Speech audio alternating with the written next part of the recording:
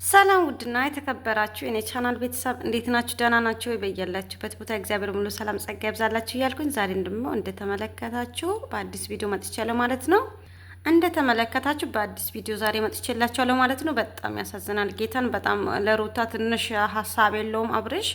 ምንድነው እርጉዝ ሆና ደግሞ እንደዚህ ማድረግ ለምን አስፈለገ? ለማንኛውም ሰው ቢሆን ምን ይሰማል ብሎ ቆም ብሎ ማሰብ የሱ ፋንታ ነበረ። ግን እሱ እርጉዝ ሆና እንደዚህ ከሌላ ሴት ጋር እንደዚህ ምንም ቢሆን እንኳ የመጀመሪያ ፍቅረኛ ብትሆን እንኳ ለሩታ ምን ይሰማታል፣ ምን ትለኛለች ብሎ ማገናዘብ የሱ ፋንታ ነበረ። ነገር ግን አሁን እንደዚህ ሆና እያለች ሄዶ ደግሞ እሷን ማግኛት ሩታ በሌለችበት ቦታ ማገኛት እራሱ እሷን ይቅርና ማንኛውም ሰው ያናድዳል ማለት ነው። ሩታ በጥፊ ማምታት ይቅርና በምንም ብታደርግ ለሷ እውነት ነው። ለምን ብትለው እሷ ቤት የተቀመጠችው ዕቃ ናት ወይ ምንድነው? እኔ እኮ ግራ የሚገበኝ አንዳንዴ ምንድነው? እሺ ለሱ ምን ተሰምቶት ነው አሁን እሷን ትቶ ሄዶ እሷን ብቻውን አግኝቷ ምሳ ልጋብዝሽ ምናምን ማለቱ ምንድነው?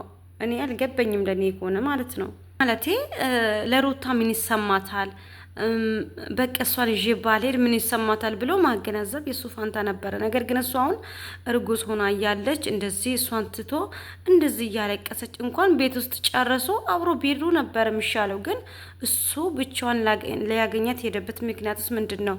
ደግሞ አያገበሽም ማለት ደግሞ ስለኔ አያገበሽም ማለት ምን ማለት ነው? ለምን አንድ ሰው ትዳር እስከሆነ ድረስ አንድ ላይ እስከሆኑ ድረስ ግዴታ እሷም መጠየቅ ግዴታ ነው። እሱም ደግሞ እሷ አንድ ቦታ ብትሄድ ራሱ ለምንድን ነው እኔን ሳታስፈቅጂኝ እንዴት ሄድሽ ማለቱ ግድ ነው። ለምን አንድ ላይ ስለሆኑ አንድ ላይ ሆነዋል እና ስለዚህ መጠየቅ መፍታላት እሱም ደግሞ እንደዛው።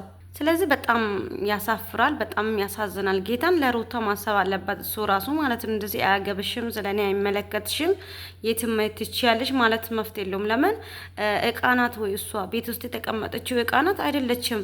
ለሱ ነው ያረገዘችው ወይስ ከውጭ አምጥታ አይደለም ያረገዘችው? እና እንደዚህ ማለት በጣም ከሱ አንደበት የማንጠብቀው ነገር ነው የተናገረው። ለምን ብትሉ አንቺ የትም ማየት ትችያለሽ እንዴ? ሰው ልጅ እኮ ካረገዘ በኋላ እንደዚህ ማለት አለ ወይ?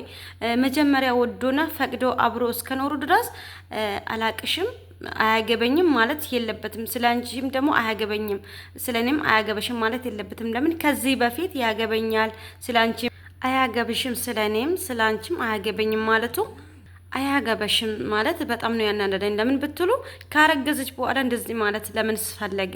እና ስላንቺና ስለኔ ይመለከተኛል ብሎ እስካገባ ድረስ የኔ ነሽ እስካለ ድረስ ግዴታ ያገባታል ማለት ነው። በሷ ላይ ደግሞ እሷ በህይወቱ እስካለች ድረስ እሷ መጠየቅም መፍታላት። ለምን አንድ ላይ እስከሆኑ ድረስ ኃላፊነት ለሷም አለ ለሱም አለ። አሁን በዚህ ደረጃ እያለች ደግሞ አያገበሽም ብሎ እሷን አናድድሻለሁ እያለ እንደዚህ ማድረግ ከሱ አንደበት አልጠብቅም ነበረ። በጣም ያሳዝናል፣ በጣምም ያሳፍራል ደግሞ ማለት ነው። እኛ ምንድነው የምንማረው ከነሱ? ምንድነው የሚያስተምሩን? ከዚህ በፊት ስለ ፍቅር እንማራለን ከነሱ ስለ ፍቅር እንማራለን ብለን ነበር። አሁን ደግሞ እያበዘነ አብርሽ ከዚህ በላይ ባያበዛ ደስ ይለኛል ማለት ነው። ምንድነው እሱ አንደኛ እርጉዝ የሆነችው ለሱ ነው እንጂ ለማንኛውም ሰው አይደለም።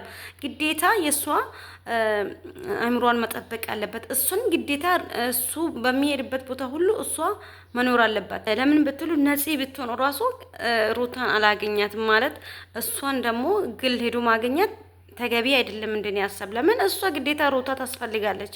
ሩታ እያለች ማታ ማግኘት ነበረበት። ግን ሩታን ሳይዝ ሄዶ አግኝቶ ከዛ በኋላ ደግሞ ለሩታ ደስታ ይሰማታል ብሎ ነው ቤት የሚመጣው። በጣም ያሳፍራል እንደኔ ሀሳብ። ይሁን እኔ ቢሆን እሳ አሁን ለምሳሌ እኔ ቢሆን እሳ የሚባል ነገር አይምሮ ላይ ማገናዘብ አለበት። ለምን እሱ ቢሆን ለምሳሌ ከድሮ ፍቅረኛው ጋር ሩታ እየተገናኘች እሱን ሳትይዝ ሄዳ እንደዚህ ሆነ ቤት ተመልሳ ብትመጣ ምን ይሰማዋል? አንዳንዴ እኮ ሰው ልጅ እኮ አይምሮ ከሌለ በጣም እንትን ይሆናል ማለት ነው። ማገናዘብ አለበት። እንደኔ ናት በቃ ብሎ እንግዲህ ሰው ልጅ ናት፣ ይሰማታል፣ በጣም ይሰማት። ደግሞ የሚሰማውን ነገር ነው ያደረገው እሱ ማለት ነው። እና ጋዛ ከነጽ ጋር እንትን ሆኖ አንድ ላይ እጅ ተያይዞ ምሳ እንብላን ምናምን እያሉ እጅ ላይ እጅ ተያይዞ እንትን ሆኖ በጣም ያሳፍራል እንደኔ ሆነ ማለት ነው። እና እኔ አልወደድኩትም በእርግጠኝነት ይሄኛን አልደግፍም ማለት ለምን ለሩታ ምን ይሰማታል እንዴ? ስለዚህ ሩታ እንግዲህ መቻል ይስጥሽ፣ ለሁሉ ነገር መቻል ይስጥሽ ነው የምለው። ምንም የምለው ነገር የለም። እግዚአብሔር መቻልን ይስጥሽ ነው ወድ። በጣም ከባድ ነው አብርሽ የሚያደርገው ነገር ምንም እያማረ አይደለም። እግዚአብሔር መቻልን ይስጥሽ። በርቺ፣ ጠንክሪ። ከወደዳችሁ ላይክ ሼር አድርጉ፣ አበረታቱኝ ቤተሰቦችዬ። በቀጣይ እንገናኛለን። መልካም ቆይታ